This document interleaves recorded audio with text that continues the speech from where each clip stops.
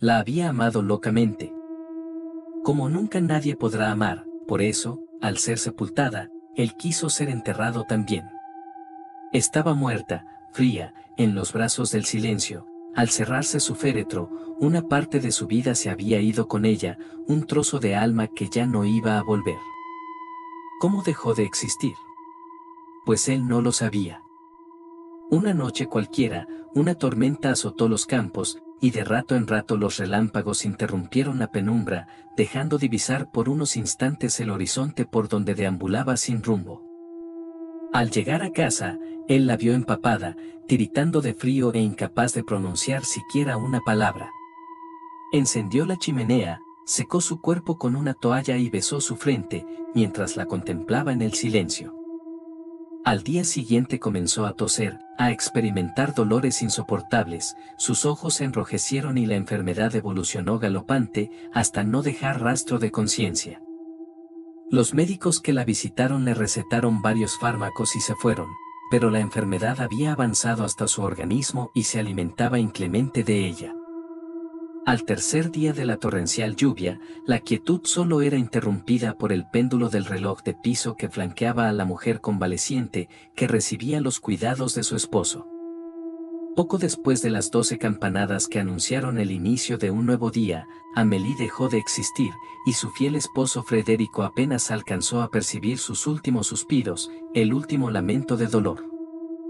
Lo único que recordaba el esposo de Amélie era ese lugar, el oscuro agujero en el que fue depositado el ataúd de su esposa. Y así pasaron 7 días desde la muerte de Amélie, el viudo ya no se miraba ni al espejo, y sus visitas eran un silencio sepulcral, muy distante del mundo de los vivos. Soñaba muchas veces con su esposa, tratando desesperadamente de aferrarse a sus brazos para no dejarla partir otra vez, pero al despertar, la pesadilla volvía a empezar, como si fuera una tortura eterna. Ese mismo día, Federico tuvo que salir a dar un paseo por un camino sin rumbo fijo, y se sorprendió al ver que había caminado hacia el cementerio donde está enterrada su esposa. Un manto nocturno estaba a punto de cubrir el cielo, él entró y se quedó para hacer compañía a su esposa.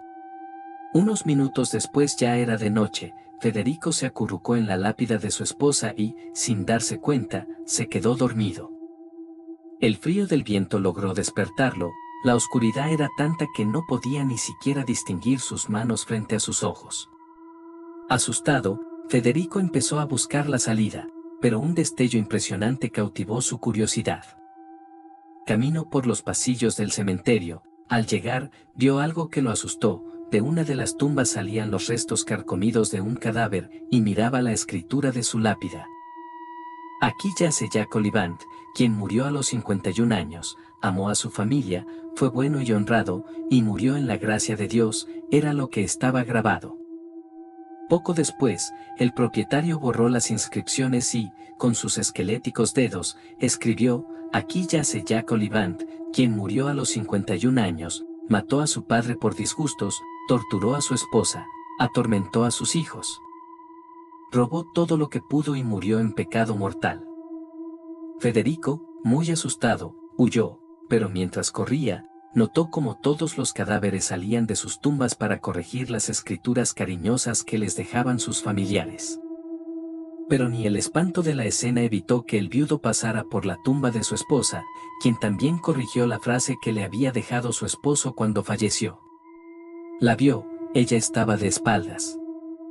Federico recordaba la frase que había hecho colocar en la inscripción: aquí yace Amélie, amó, fue amada y murió.